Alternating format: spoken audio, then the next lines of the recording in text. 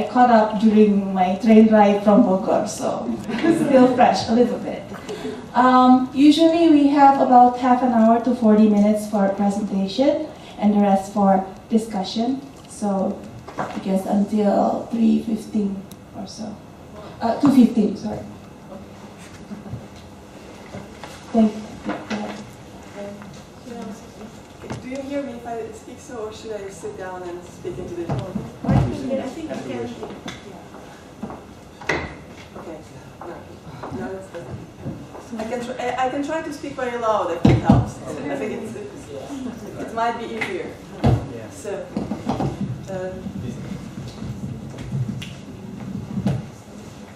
terima kasih untuk mengundang saya. Nama saya Kristina. Saya seorang ekonomi Jerman, and I don't really speak Indonesian. But I'm going to present you something, joint work with Robert Sparrow, and this is really fairly technical what I'm going to do. So please interrupt me if you feel like I'm not explaining myself well enough. So I hope that in a half an hour I at least can give you the general idea of what we are doing and how we are trying to measure here something.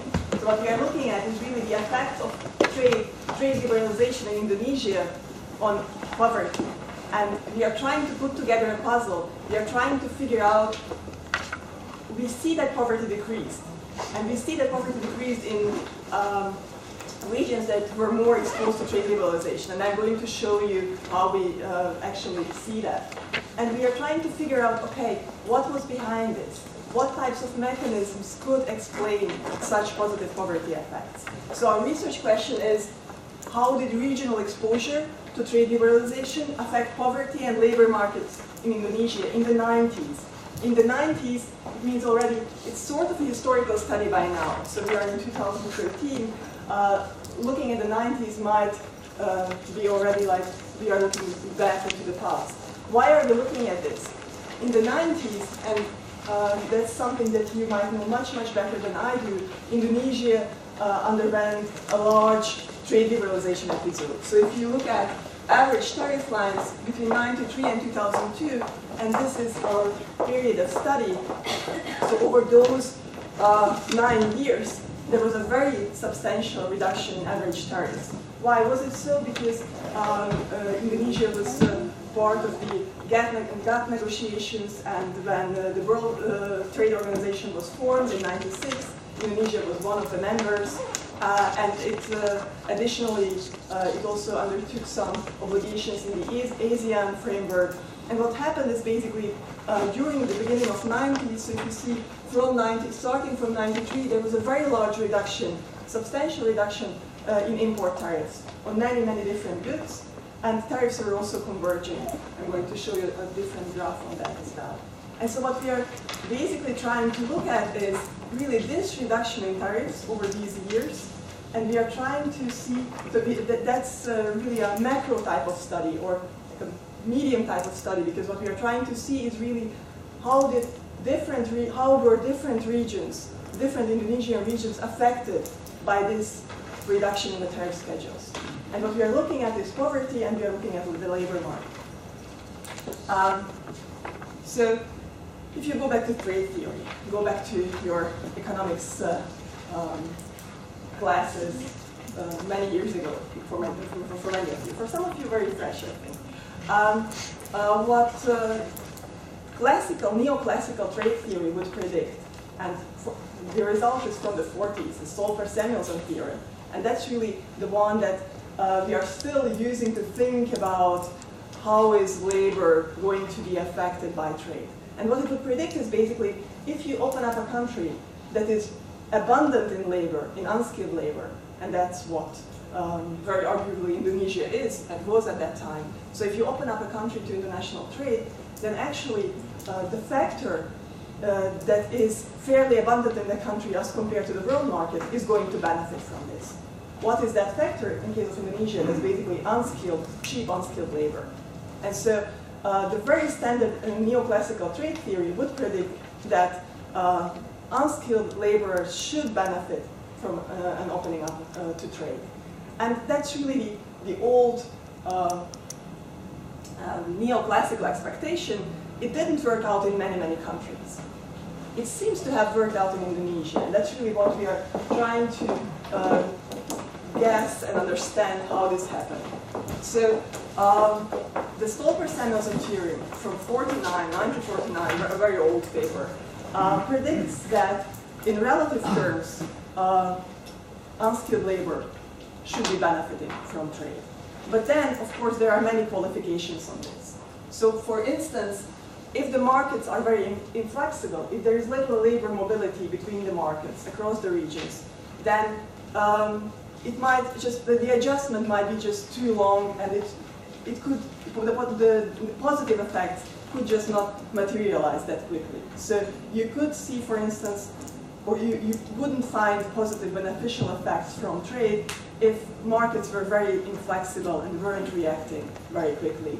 If it was difficult for new jobs to be formed, for new firms to start operations and so on. Additionally, some studies found, and I'm just citing one of them, that it also depends on the initial levels of protection.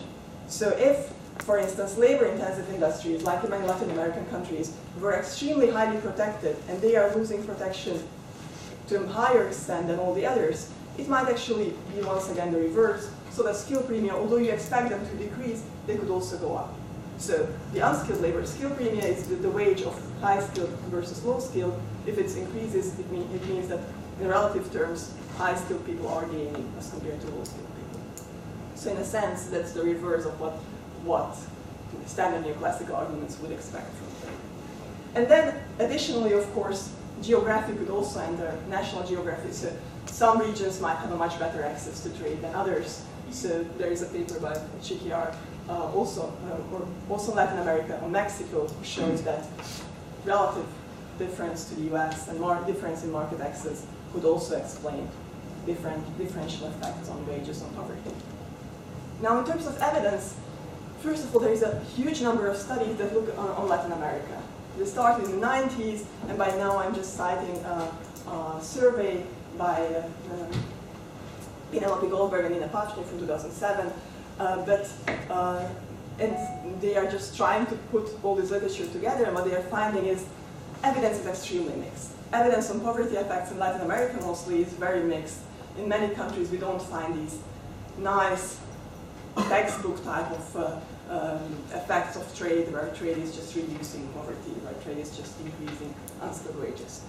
And then there is a nice paper by Tetya Topalova from 2010 who looks at India and looks at Indian districts and also finds negative effects of trade on poverty. One of the main explanatory factors behind this is actually very rigid labor market regulations. So especially in those Indian districts that had very rigid labor market laws, the poor didn't benefit from trade. And what we are doing is very much comparable to her study applied to the Indonesian case and going into investigating channels a bit more. And then on East Asia, Southeast Asia, there are a couple of studies on Vietnam. Vietnam had a bilateral trade agreement with the US, so it was a huge increase in market access to the Vietnamese economy, and these papers find that it was extremely beneficial to the poor. So getting access to US labor markets was actually a good thing and helped to reduce poverty. What do we know about Indonesia? There are a couple of descriptive studies, and there's also some causal evidence already. And it's still looking at the period of the 90s, so from the beginning to the end of the 90s. Pasov Suryahadi finds that wage inequality decreased during this period. A group of Indonesian scholars around Raymond Robertson look at Sakernas and find that working conditions were also improving during the same time period. So in the 90s, if you look at Sakernas data, then you find that actual working conditions were on the improve as the country was liberalizing. There was a nice new study by Maria Miti and Lisa Cameron on firms, so on SI, the survey industry data, looking at firms, and they find that the skill premium, and they are measuring skill premium by the relative proportion, the skill premium by dividing the wage bill that goes to high skill by the wage bill that goes to low skill, and this is decreased as a result of liberalization. So basically, the wage gap between highly educated and low educated people was decreasing in those firms that were more affected by tariff reductions, especially input tariff reductions. And how we came to study this thing, we have been working on a paper looking at child labor during the same time period in Indonesia, and we found also child labor decreasing. And one of the potential explanatory factors was poverty. So we really wanted to look into what drives these poverty effects, to somehow open the black box of, okay, poverty is decreasing, why is this so? What are the labor market mechanisms that help to explain this? And just to foreshadow our findings, so we find that in those regions that were more exposed to tariff reductions, were more exposed to trade liberalization, poverty reduced by more. So basically, there's a positive link between trade liberalization and regional exposure to trade liberalization and reductions in poverty. And in terms of channels, what we managed to identify is first that there was a stronger formalization of the labor force, so especially unskilled workers becoming more likely to be employed by some formal employers as a causal effect, or as a causal link of trade liberalization. And additionally, that it actually matters whether we are looking at output tariffs or tariffs on intermediate goods. If you think about output tariffs, these are tariffs on goods that a firm is producing. So in a sense, these goods that a firm is producing can become cheaper when tariffs are reducing. Tariffs on intermediate goods are tariffs on goods that the firm is buying, all the firm's inputs. So it's very easy to see that actually for a firm, if tariffs on outputs are reducing, it's more competition. It's more competition, potentially efficiency gains, but it's really true increasing competitive pressures. When tariffs on intermediate goods are reducing, so tariffs on the goods that the firm is buying, then the firm can produce cheaper because it gets goods cheaper. So in a sense, the firm is becoming more competitive, becoming more efficient without really having to struggle that much. And what we find is that exactly this reduction of intermediate tariffs can be linked to positive employment effects. And so in order to put this picture together, what we are basically doing is we are putting together lots of different primary data sources. So we are looking at 259 districts of the old 292 until 2002.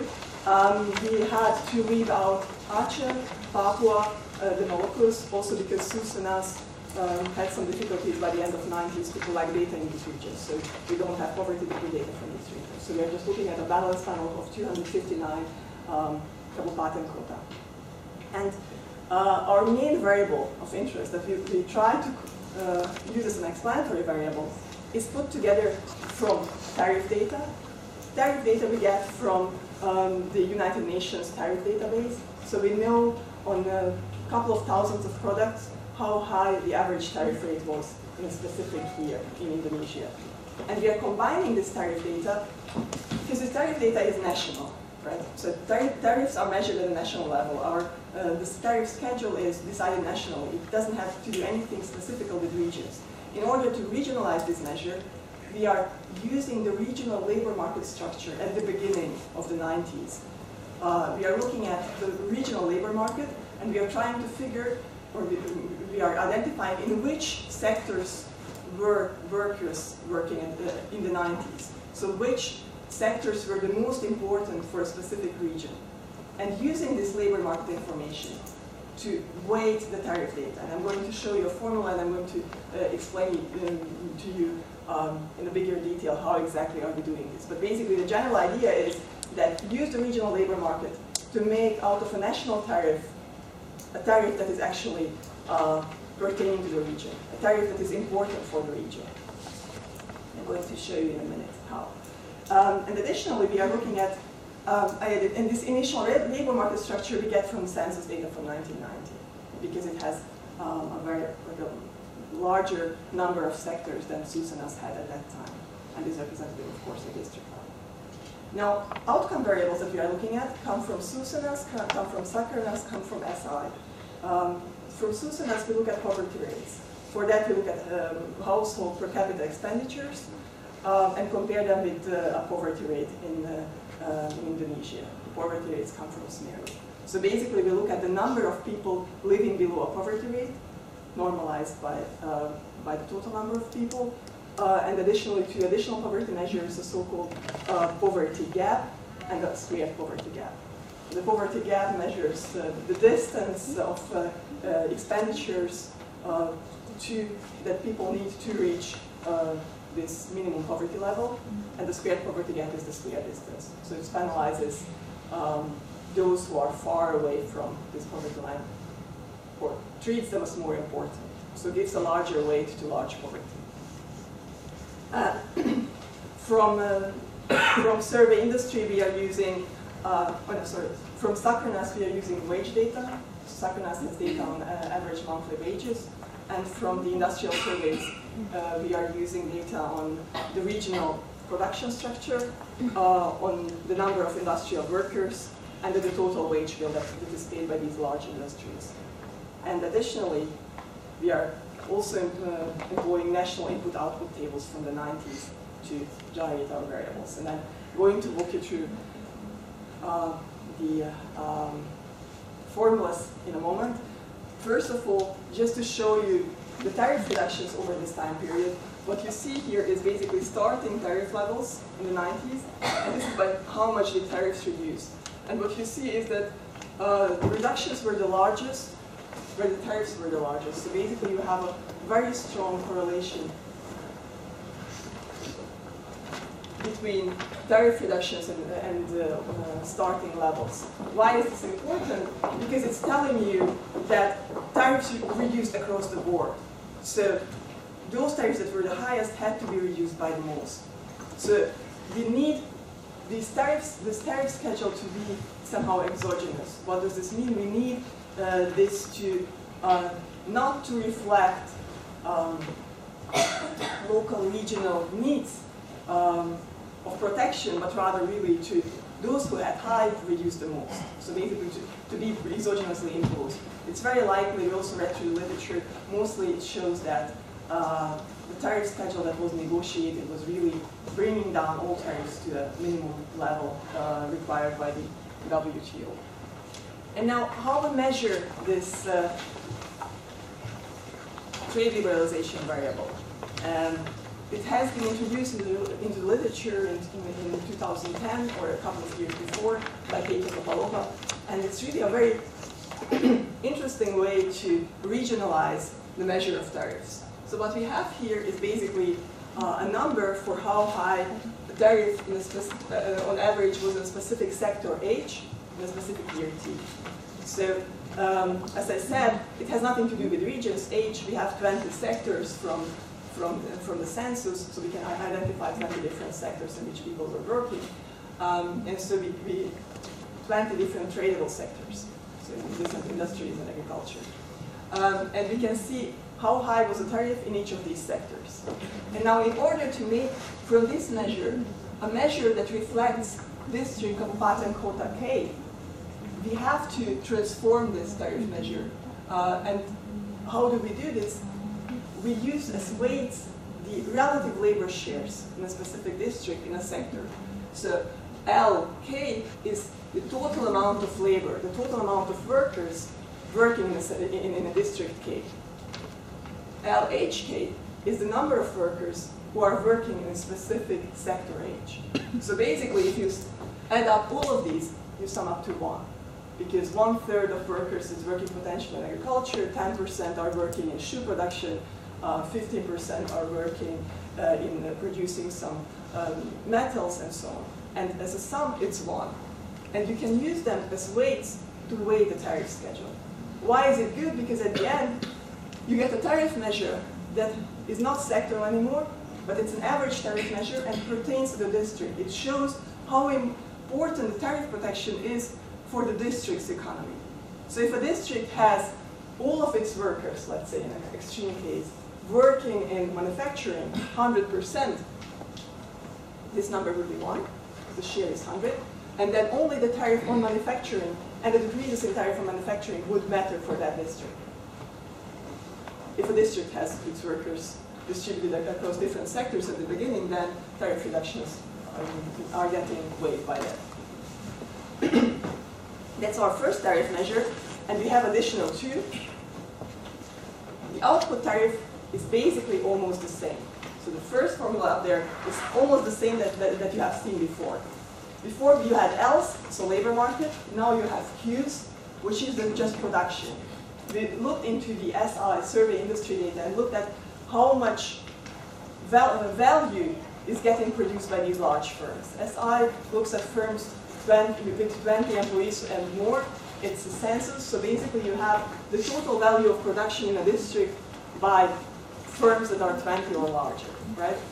And so, once again, instead of weighting by labor market shares, we are weighting by production shares.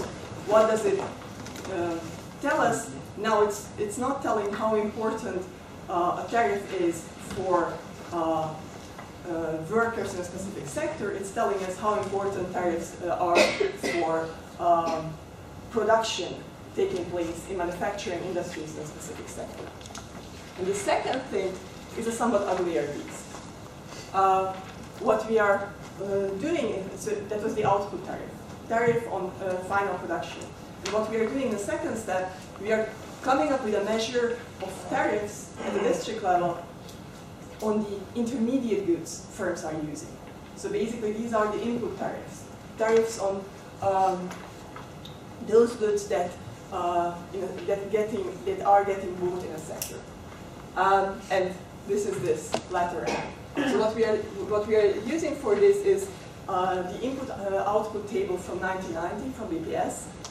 And we have to make the assumption that this input-output structure is the same in all regions. That's of course an assumption, but we just don't have regional input-output structure from BPS. We have a national average. So basically what we can identify is, let's say manufacturing, what part of manufacturing inputs comes from different agricultural sectors, what part of it comes from leather production, from mining, from food manufacturing, and so on.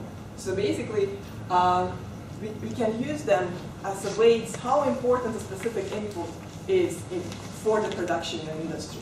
So we take the tariff, once again, on goods J near T, and now weight it by the importance of any input in the production of a specific industry.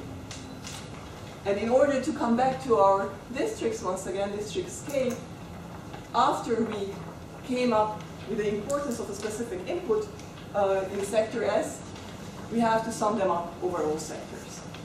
So we are doing this summing up twice, once over inputs, and then to come back to the industries, we'll come back to the Kabupaten and quota level, we are summing up through all industries, basically. So we know how important different inputs are for manufacturing, metal manufacturing sector, for food manufacturing sector, for leather manufacturing sector, and so on, and we are reweighting them by the importance of these sectors in the district's economy. So by that we have two different measures. One measure that measures how important tariff protection is for production, and another one how important tariffs are for firms who are buying inputs. So if you're looking at the second measure, this really shows you if it's reducing, firms get inputs much cheaper. Firms get instantaneously more productive. If this is reducing, firms could get more productive because there is much more pressure on them from the competitive markets, but it could also just backfire because so there is lots of structural pressure, change for structural pressure, and we don't know what's going to happen. And what we are finding is basically really that this one, reducing tariffs on intermediates, is the one that is actually much stronger in explaining positive labor market effects. These were our ugly measures. Now just one regression line. How did we use them? We are basically looking at 93 to 2009, sorry, 2002, and we are doing this in 3-year periods. So we have 4 steps, 93, 96, 99, 2002. Why? Because tariff schedule, tariff information is missing for specific years in Indonesia. And in order to come up with equal time intervals, we were just picking these 3-year intervals, so 4 3-year periods.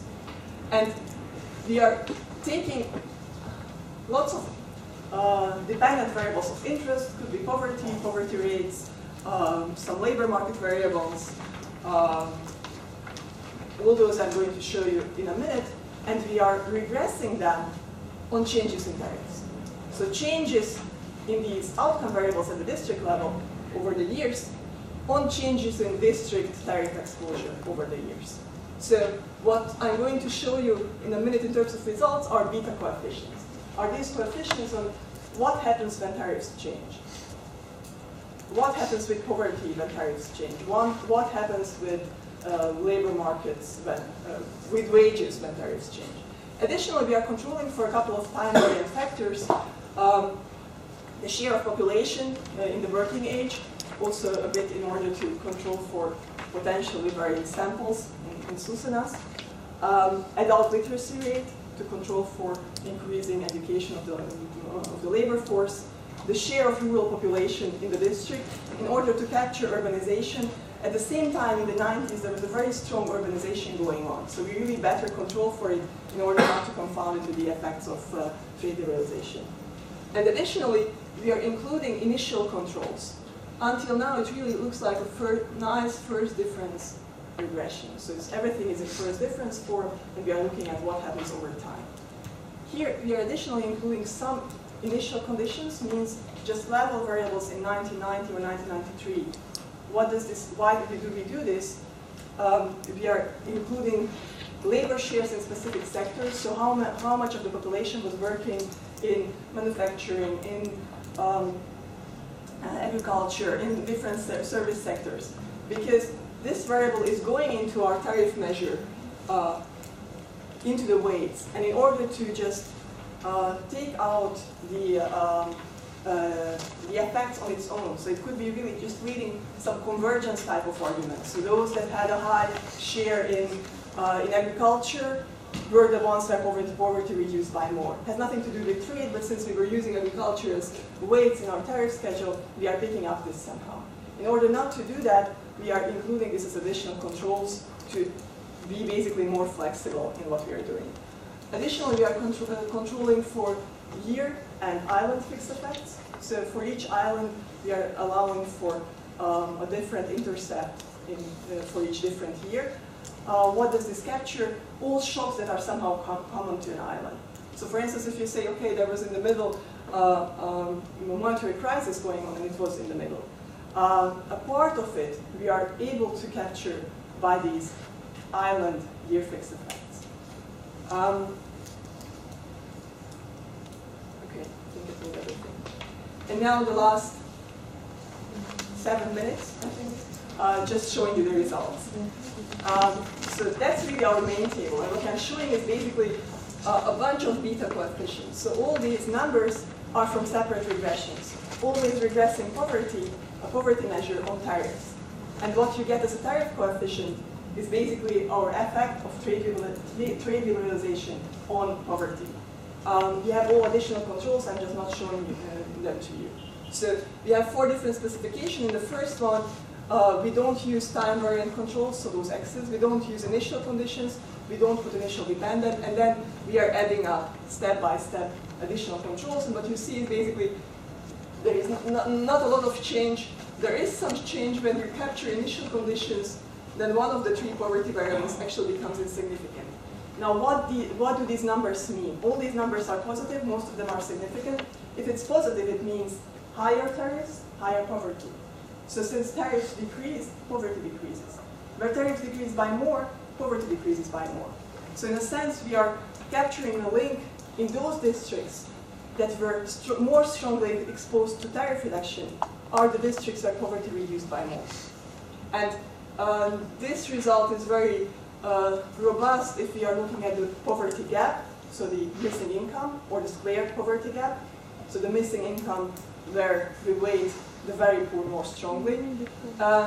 It's becoming insignificant if we are just looking at the number of poor, so the poverty headcount. And now the second question is basically, first of all, if you distinguish now by heads education, so that calculate the same poverty measures based on Susanna's data for the districts, but you divide into different groups depending on what was the head's education. We take those who had primary or less as a group, those where a head had junior secondary education, and those were at least senior secondary or more. Senior secondary or more, there is no significant effect whatsoever, whereas for junior secondary, there is strongly significant effects, and for very low educated, like, it's close to significant. It's not significant anymore, but if you look at the standard errors 13 to 21, it's not very far. So p-values would be like, you know, under 15, certainly. So what you see is basically that those families that had a less educated head were the ones benefiting more strongly in terms of poverty from trade liberalization.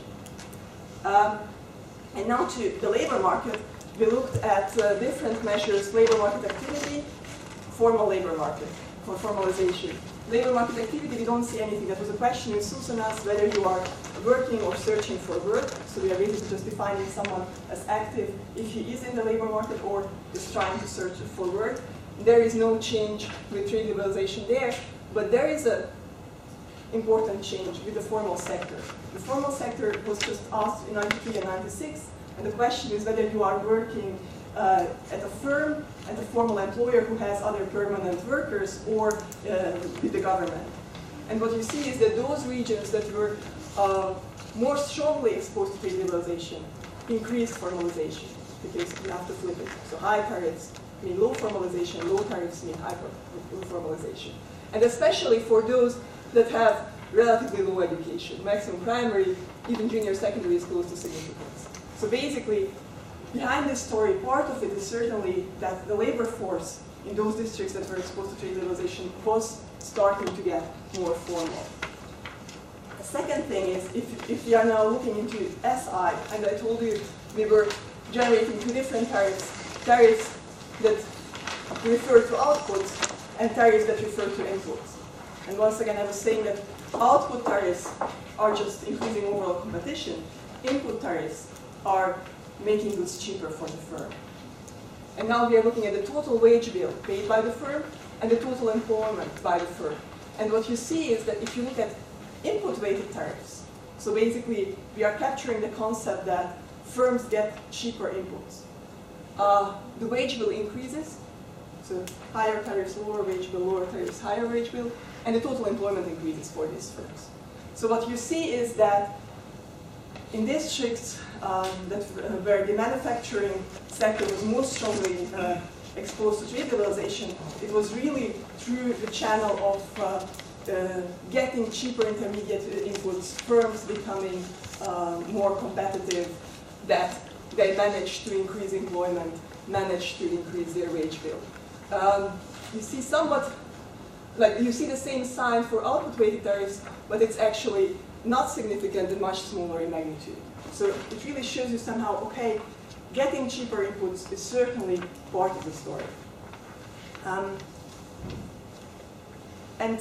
Finally, we also looked at succerness, just to have a back check, so that's a labor survey. It's just representative at the province level, so it's not district level anymore, but we had to take province averages and look at hourly wages. And once again, distinguish between input and output weighted tariffs. And what you see is that for the full sample, there is a beneficial effect for input weighted tariffs, and for lower educated, there is a beneficial effect for input weighted tariffs. So in a sense, wages of low-skilled, low and middle-skilled workers increase due to trade liberalization if you measure trade liberalization by reducing input tariffs once again, and not output tariffs. I think I'm around the end of my time. I have two additional robustness checks, but I don't have to necessarily show them to you. Maybe this one on migration. We were also looking at the intercensal survey from '95 to see how many people migrated out of a district and into a district. And once again, look at tariff measures. All these are related. So tariff reductions, changes in tariffs to migration. And if you look at out-migration, there is no significant relationship. But if you look at into which districts did people move, those districts that were more strongly exposed to this trade liberalization were the ones that were getting the more migrants. So people were moving towards the districts that were more affected by this structural change and were most likely developing quicker. So we also do additional robustness checks, so-called placebo tests. So we are regressing the current changes in poverty or future tariff changes. And they should be shouldn't be affected. So something that, if poverty was related to how tariffs are changing tomorrow, then we are just picking up something completely different. So that shouldn't be the case, and it's not. So we are not finding any correlation with future changes in tariffs. And the rest is basically in progress. So I'm also extremely interested in your comments, questions, discussion. Have you ever worked with similar data? I'm still looking for hints for the 1990 SI data, where we are able to identify 1990 input-output data. If there is anyone in the room who has worked with historical input-output data, I would be very thankful for additional hints. As a conclusion, what we find in this study is that we find larger reductions in poverty in districts with larger reductions in tariffs, so that we're more exposed to trade liberalization. And one of the channels is certainly formalization of the labor force. Another one is firms becoming more productive because they can get cheaper inputs from the market. Thank you. That was basically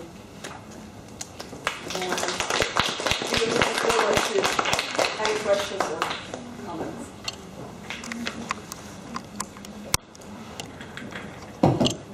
Thank you. That was an interesting presentation. I hope we did not rush you because It's okay.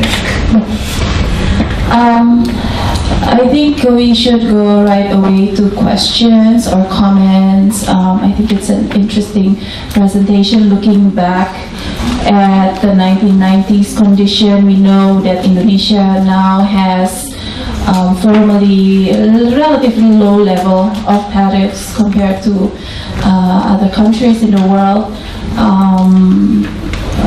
One thing, if I'm allowed, one thing is that perhaps we also want to discuss the behind the border barriers, not only the tariffs, but also perhaps have some indication of how district level or provincial level business, as you mentioned a little bit, how easy it is for businesses to be flexible in their activities.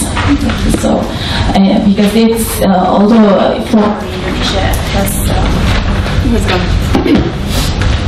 high, low tariff, but now it's probably there's an increased interest in increasing tariff rate, increasing barriers.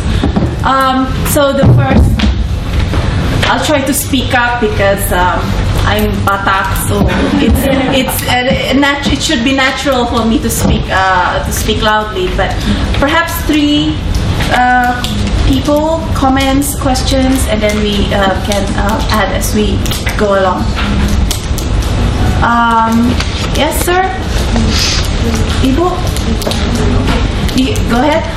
Please let us know which institution you're from, and also my name is Lutfi. I'm from the Ministry of Foreign Affairs. I have one question. In 1998, Indonesia had like big reform. I mean, in terms of policy. I mean, do you think it's important to control for that event? I mean, like probably there's some, how do you call it, endogeneity problems, because there should be some institutional change following that reform. Indonesia also made some agreement with the IMF. Probably it also has some effects to decreasing poverty rate. Right. Thank you. Thank you. We all know that tariff rate in most countries has been decreasing so much that there it's been substituted by non-tariff barriers. Why don't you give some consideration about that? And the second question is, why don't you use control variables that might be moving together with your dependent variables as a rate, independent of whether tariff rates are decreasing or not, such as we all know that say government expenditure is increasing to help to alleviate the poverty rates, and also minimum wage is increasing so much that makes the wage rate is also increasing independent of whether tariff rates is decreasing or not. And also with regard to the education, we have like compulsory schooling that increase the level of education. Ibu siapa? Rita From from Unpar. Unpar, Universitas Parahyangan. And anybody else? Or maybe you should address these comments. Okay, first your comment, Lydia, on non-tariff barriers. I think they're extremely important. Why they are not included is basically because we really would like to measure them in a meaningful way, and I find it extremely tough to meaningfully measure them. We are just planning to start a project exactly measuring non-tariff barriers. But I think it's really, you are completely right, non-tariff barriers somehow should be in the picture. I think it's an even more heroic data collection exercise to come up with meaningful measures of NTBs, I think. And if you have additional experience on non-tariff barriers in Indonesia or in modern Indonesia, I'm very happy to get suggestions or to discuss it. Now to the second commenter, how do we control for 1998 reform? Of course we are concerned by the whole Krisman story. 97, 98, it's lots of things were happening there. And we cannot absolutely capture the whole thing. So like we just can try to go around the issue as much as we can, and that's basically it. One of the solutions that we were trying out, and it's basically sort of working, although it's reducing the sample, when you stop in 96.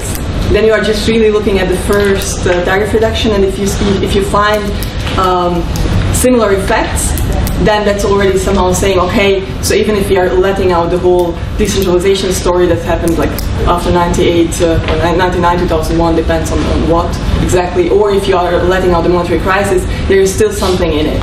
And some of our results are really like the formalization, for instance, are anyways referring only to 93, 96, because there is no additional data. But we could provide, you are completely right, maybe we should provide additionally all results just for the first time period to show, okay, if we are leaving out completely the crisis, that's something that doesn't really completely kill the story. Additionally, we are trying to jump around the worst years. So because 96, 99, the worst things were going on in 98, 97. So after that, so poverty hiked up and then went back quite quickly also to normal levels. And what you see if you are looking at this tariff reduction schedule, actually IMF had made a difference. So in 99, there was an additional liberalization imposed now not by the WTO anymore, but imposed by the IMF. And right now we are exploiting this second step as well. So in a sense, we are including this because that's also a sort of exogenously imposed trade shock as well. But of course, many additional things were going on, and we are not able to control it perfectly for all additional things that were going on. Part of them is going to be absorbed by these region-year interactions, but not completely. So I think at the end, if you think it's a major issue, that you have to look at the 93, 96 and forget about the rest. Then I think that's how to control for reform IMF agreements. Then even on the tariff rates decreasing and substituting by NTBs, I think you are completely right. I would love to meaningfully address this. At the moment I can't, so I think I really need much more data collection efforts, and it's not absolutely clear-cut how to control best for NTBs. So I might end up just to look at specific types of NTBs, like licensing in Indonesia, and come up with specific measures based on that. Why don't we control for different additional factors? What you're saying is absolutely right, and I think it's a very, very, very meaningful comment. Increasing minimum wages, you're right. We can control for them. We have tried it as well, so it works. If we are controlling for province level minimum wages, we have the data from SMERU. Government expenditures. You mean now government expenditures on poverty alleviation, right? So like some specific poverty programs. That's something that we didn't try, but we could control for it. So of course now our identification assumption is somehow that these government expenditures weren't exactly correlated with the original labor market structure reduction in tariffs. So if that's true, if they are uncorrelated, then it's still okay. But to be on the safe side, we rather should try to include measures, and I think we can. So I think thank you, that's a very good suggestion. And on education increasing, by now we are controlling for adult literacy. That's of course nothing that's going to be affected by the increase in education. In an earlier paper we were looking at education during this time period, and it's secondary schooling that is expanding basically. So primary schooling is almost universal over the whole time period, and junior secondary schooling is the one that is expanding over this time period. I don't think the expansion of junior secondary schooling strongly affects education of the labor force, of the adult labor force, but we could think about adding some additional educational measures, because by now we just have literacy rates, and of course literacy is not enough to qualify for high-skilled labor. So in a sense, you are once again right. Thank you. Any additional comments? I might want to ask a question. I am Benedict, undergraduate student from the University of Indonesia. I noticed that you use the first question is about the input-output table. How do you use the input-output table in analyzing the tariff? I mean that I'm aware that some of the tariffs are of different rates across different sectors, so have you accounted for that? And have you accounted for that effect? Can you explain this in 2 additional sentences, because I don't exactly see. All right. I mean that across the sectors, they might have different tariff levels, and how the changes in tariffs per sector can affect the poverty or maybe employment per sector. Do you have data until the sector level?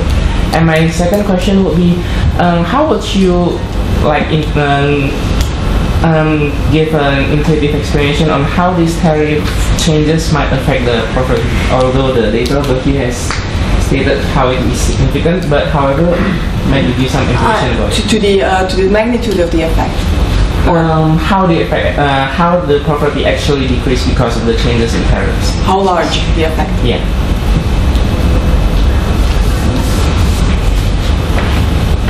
Anybody else? Okay.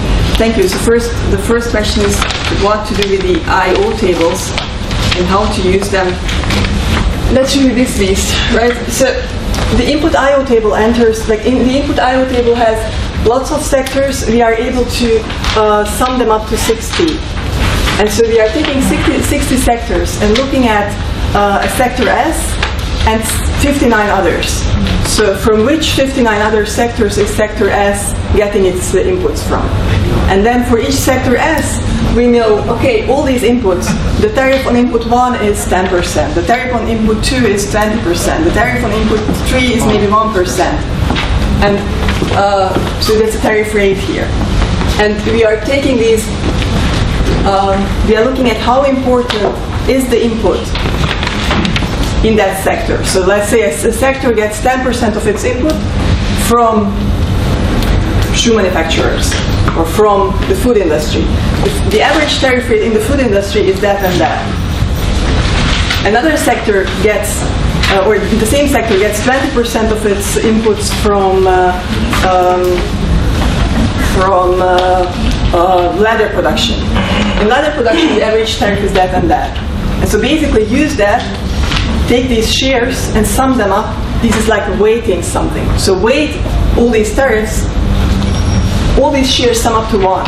So all the rates sum up to 1. So you're basically just re-weighting a tariff on an input good for a specific sector. So you're getting a measure of how far a specific sector is protected by all these, or how far the inputs of a specific sector are affected by these tariffs.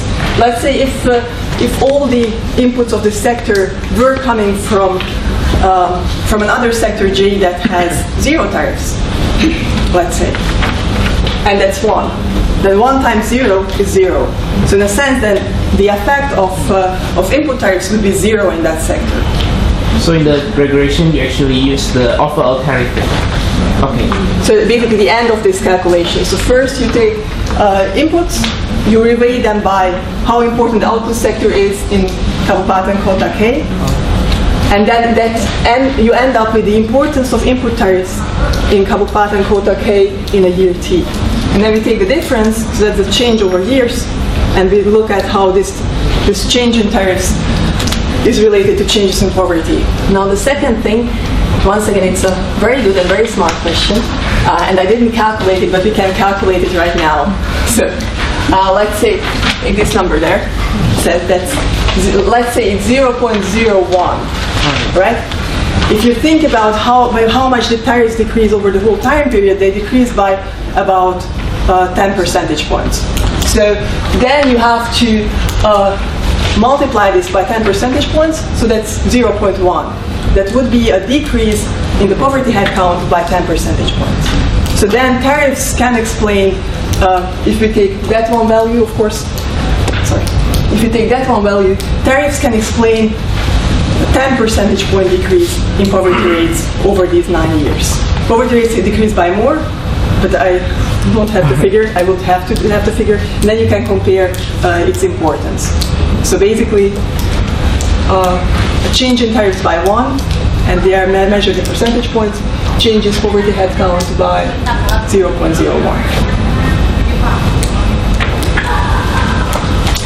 Any other questions? Comments? Ya Pak, monggo. Thank you. My name is Krisztina from Center for Central Banking Studies in Indonesia.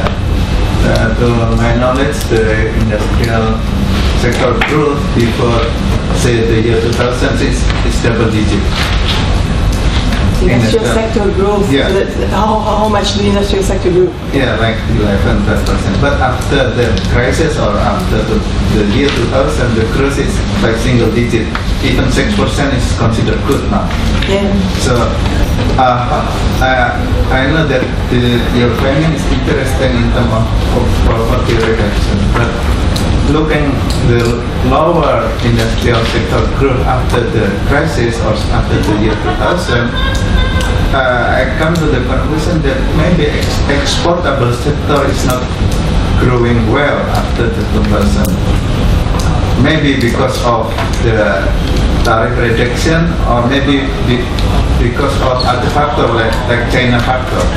So what you haven't include here is that you don't include the China factor where at the same time when you look at to our composition of export, we are export more natural resource base. So I'm worried that this lower poverty reduction come from other reason, maybe because of our excellent export in terms of natural gas sector. So not necessarily from what do you say about this? Thank you. Thank you. My name is Golda. I just still confused about your research question and the conclusion. In your research question, you said, how did the regional exposure to trade liberalization affect poverty and labor markets in Indonesia? So one of your conclusions is poverty reduced by tariff reduction. In my analysis, you I don't know. You want to try to explain the reduce of the property with liberalization with the tariff variables. And then in your explanation, you already mentioned about the regulation, yeah, tariff. I don't know in what sector, but you know, in Indonesia, mostly people in Indonesia is a farmer. I don't know if you explain about agriculture sector, because you know when so hard to open trade liberalization from agriculture, there is no swasembada pangan in Indonesia again. Sorry, could you repeat the last sentence because I didn't hear it? Self-sufficiency. Self-sufficiency. Yeah, just trade liberalization, and then this is a 19th era. And then in your explanation, you just explain about reduction of tariff. I think this is related to the manufacturer. Yeah? And then in your explanation also you don't mention about. In my analysis, you just explain about manufacturer is directly related to the foreign direct investment FDI. If you explain also about this, because you said property reduce with tariff reduction, what definition of poverty? Because poverty, you know, okay, you research in 200 district, yeah, in Kecamatan, but you can say in Kecamatan, in district, how many industry there, and what the effect to the community in there. So you can say in your conclusion, poverty reduce. All I know in the industrial area is mostly in the urban area. How you explain it? But your data is district level, meaning Yeah, kabupaten kota. It's not kecamatan level. It's kabupaten kota. If one more? Okay, go ahead. Thank you very much. First to you.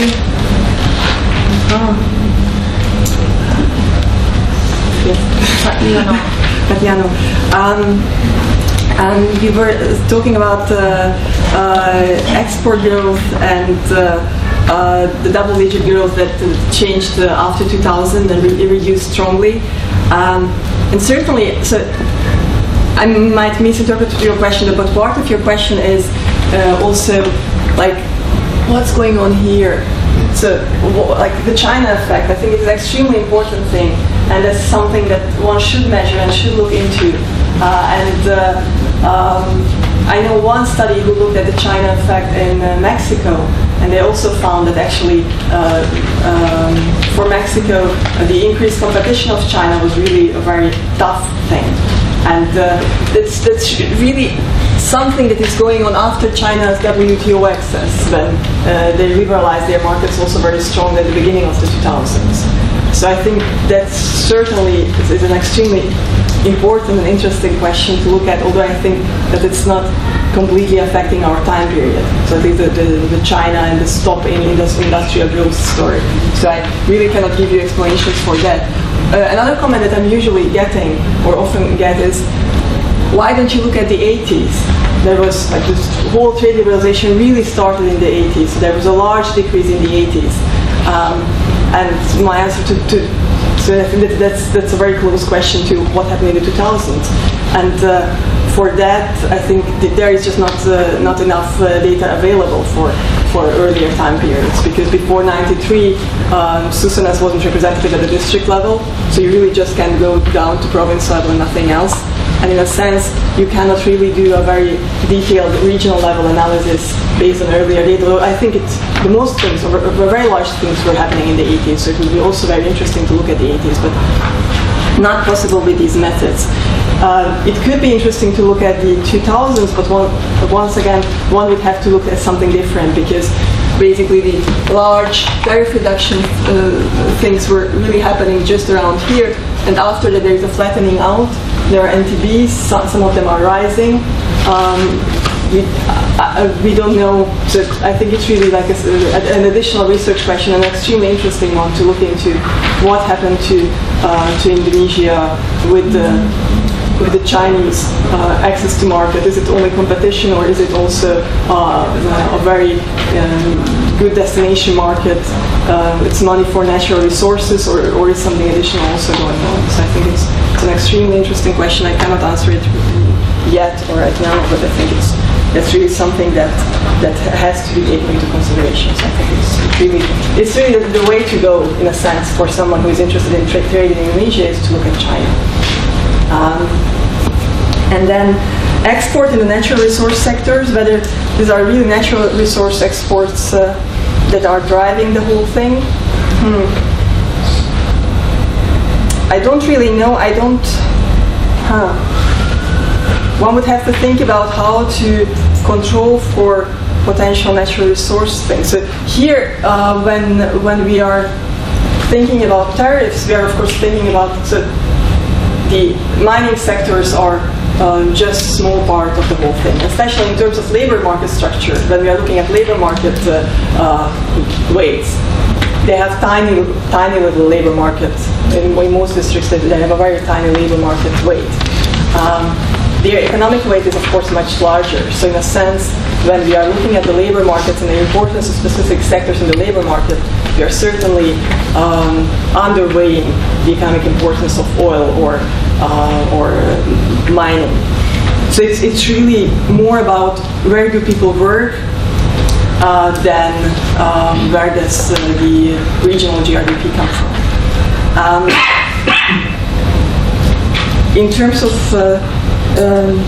or to your question about the agricultural sector, how do we deal with this? Yes, in a sense, not very finely. What we are doing is basically we are including the agricultural sector in all these things is extremely crude. So you have agricultural tariffs that we're reducing on average. We are excluding rice production from all other agricultural production because rice has been very strongly protected and limited. There were very large limitations on trading in rice, so we are basically just taking rice out of the whole picture, and for the rest of agriculture, we are just taking an average tariff. But in a sense, so when you say what's going on is mostly affected by manufacturing, it's partly true. It's strongly affected by manufacturing and by those people who work in manufacturing, or also by those people who work in non-rice agriculture, be it horticulture or some additional production that is non-rice production. When you say how do we control for FDI, we don't really, in a sense. In order to FDI kill our story, it has to be, of course, correlated somehow so strongly with these tariff reductions. But most likely, there's something that we could. So that might be a good idea just to add levels of FDI. We could come up with measures of FDI based on SI. There are very easily constructed measures for that. I think we can control for that. That might be a very good idea. Additionally, of course, when you say, okay, what type of poverty, what are we measuring? We have a very specific measures of poverty that are really extremely general for the region. So it's not kecamatan, it's a kabupaten kota, and it's basically the relative share of income missing for the poor as normalized by the total income for the same people under poverty line. So in a sense, that's a very usual way to measure poverty. Whether those people are direct, like the very, very poor are directly affected by this expansion of manufacturing production, you don't really know from this type of analysis because it's still black box. You're not going there, you're not asking people, how did your life change? So it's really like taking a bird's eye view and looking at some macro type aggregates. What could be happening is really a trickle-down process or a pass-through mechanism where changes in prices, and that's really what trade theory tells you, that changes in prices are going to affect also the non-tradable sector. So in a sense, it's really not a very direct measure of what happens in a person's life, rather what happens to the regional economy, and then we are taking a jump and looking at how does poverty look in that region. And what's in the middle is basically economic production going up and becoming more efficient, additional labor force being needed, people getting more formal jobs. That's something that's what our formalization findings find, that people in those districts that were affected by this stronger are the ones who start are more likely to get formal jobs, for instance. So it's really a job creation. Manufacturing firms increase their employment. Manufacturing firms increase the wage bill they are paying to their workers. So in a sense, it's really some trade-induced growth story that we might be seeing here. Of course, we cannot exactly pinpoint the whole thing. It's just rather we are trying to put together some pieces of puzzle, and the whole point about this paper is to look into many different data sets and try to see whether the different pieces of puzzle go together. So whether it somehow gives you a picture that's that could be told as a round story. Perhaps what would be interesting, at least for me, is to see the various regions and their tariff exposure versus maybe changes in poverty and but you like maps, right? Oh, maps or something graphics. Okay, a nice you can map. see very quickly what the various exposures are. It's a lot of work, but it's a very beautiful idea. Well, just a few districts that are different. For example, some rural areas and relatively, in some places in Java. It's a beautiful idea. Could you? Sorry, I will have to look for another piece of paper because I just filled mine. Sorry. Do you have anything? Yeah, you can use. Yes. Thank you. Okay. It's okay. Oops. Thank you. I think it's a very interesting study, but in my view, I think this part of study is more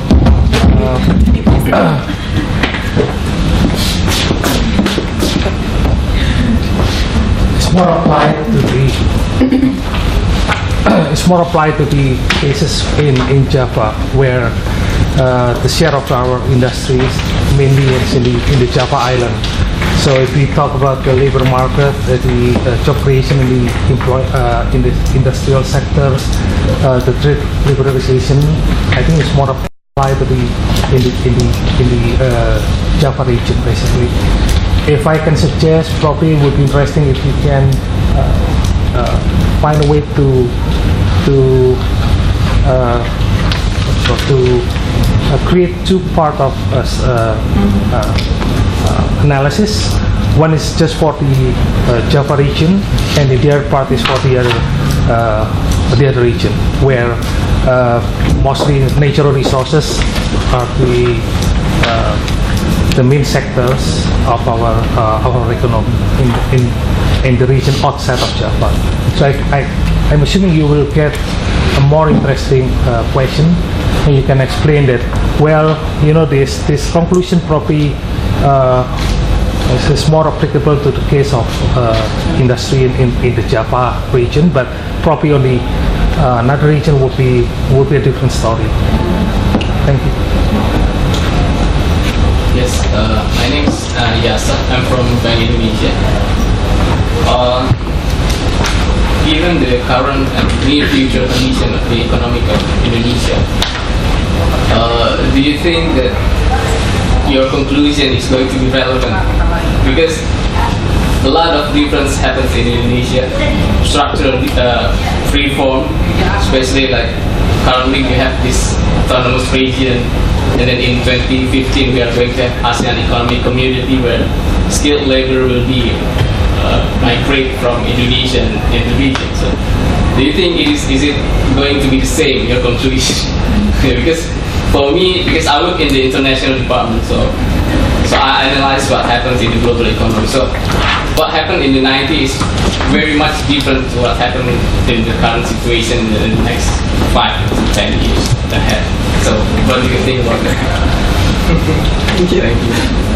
I'm just coming in. I think Java, non-Java, your argument is really right on spot. Of course, you're right. So we should run these regressions, and we can do this, right? So we can divide. But even when we are looking at SI, I have to admit, SI is extremely focused on Java. So you are looking at firms 20 plus. So in a sense, I think for SI data, we even have to drop a few districts. I was just rushing through the whole thing, but the number of districts, sorry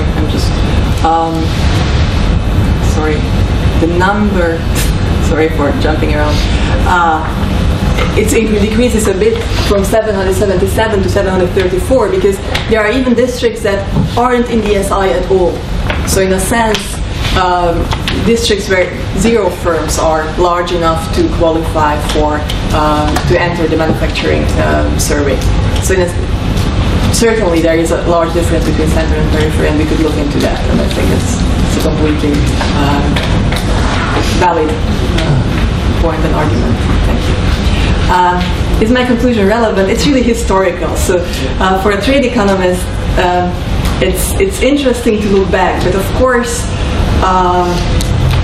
I don't know what's going to happen, and I don't even pretend to know what's going to happen. So in a sense, I think the economic environment is way more complicated, also with the whole decentralization thing going on. And after 2001, there's just much more things going on. What I would also be interested in is whether actually and maybe we can even, so I would love to hear your views about, or the views of the room about, whether you think that in the 2000s protectionism or protection in terms of non-tariff barriers was actually increasing. That's an argument that I sometimes hear from people, and that's something I don't know yet, so because it would be very interesting to look at. And if you say, okay, what happens when the labor movement is going to be free? That's something Europe didn't know 10 years before. So in a sense, I think if you look at the example of the UK, they were extremely overwhelmed by what was happening there when the Poles and Eastern Europeans were going to the country in large masses. So in a sense, large labor movements could also be an extremely large issue in a couple of years, and also extremely interesting in a sense. But I have no idea what's going to happen. I'm really sorry.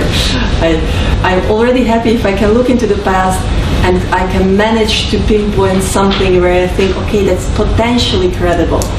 I have no expertise in predicting the future. Well, my concern is that I'm afraid that if we look your conclusion only for that time horizon per se, without acknowledging that what is going to happen in the future, so we are going to be trapped in that conclusion. Yeah. But from a trade economist perspective, that's actually a very surprising case, because if you look around the world, in many countries, when they were opening up to trade, this thing didn't happen at all.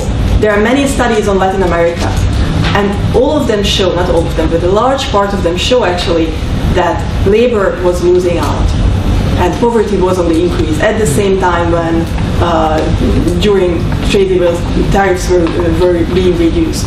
So in a sense, like 10 years after these reforms were happening, 2007, I think, people wrote a paper. Who was it? Sorry, I don't remember the name. It was Stolper, Samuelson is dead. So the idea that poor people could benefit from trade is completely dead, because it didn't happen at all, never, ever, nowhere. In a sense, looking at Indonesia, it's an extremely surprising case, because you look at our study, look at our other studies, they really somehow show that when this 90s trade liberalization episode happened, at the same time inequality was reducing, and the poor were getting better, labor markets were, wages were improving. So lots of things were happening that weren't happening in Latin American countries. And it's really, I think the most challenging question is, okay, why? And our potential tentative answer is really because you had an extremely flexible labor market that could absorb a lot of workers. Where if you compare it with India, and there is a study on India, it shows that some districts were regulating their labor market so strongly that people couldn't get into new jobs. So although these districts were undergoing large structural change, it was not possible for people to change their occupation or to move. And in a sense, once again, a tentative and backward-looking conclusion is that in Indonesia there was much larger flexibility, so that people could adjust much quicker to things that were going on.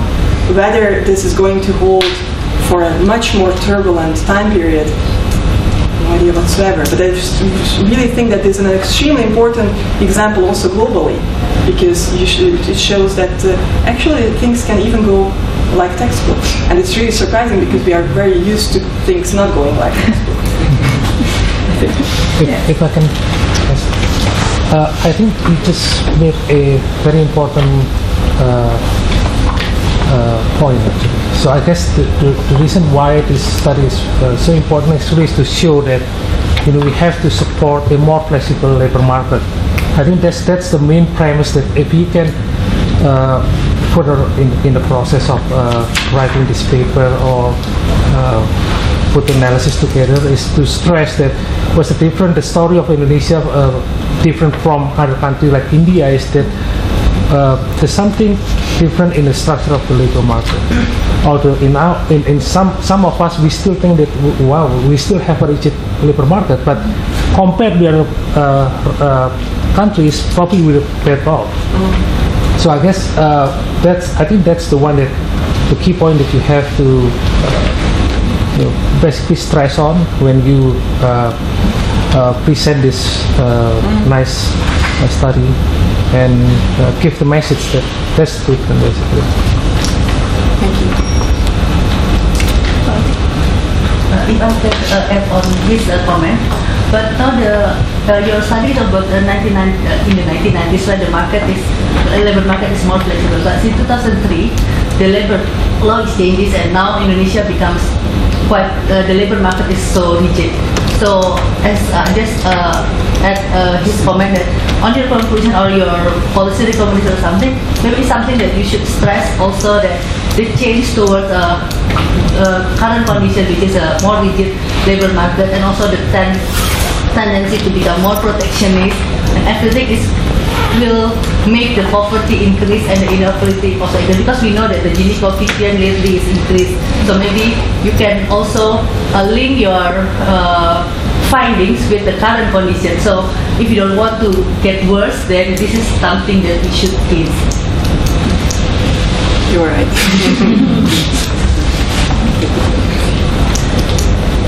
Okay, it's 3 o'clock. If there is no more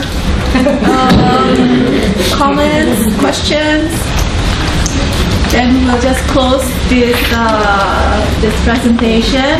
It's been interesting, and for me at least, I'm an economist, but it always surprises me and always somewhat shocking to see, it's another thing that we cannot know for certain. Because for engineers and other biological science, if you do A, you can measure something and say that B is attributed to A. But in economics, it's not such a thing. And we keep going and looking at various variables and looking over historical data, which is it's a value of what you are doing now for their policy making. So thank you very much. This is the last FKP for this month.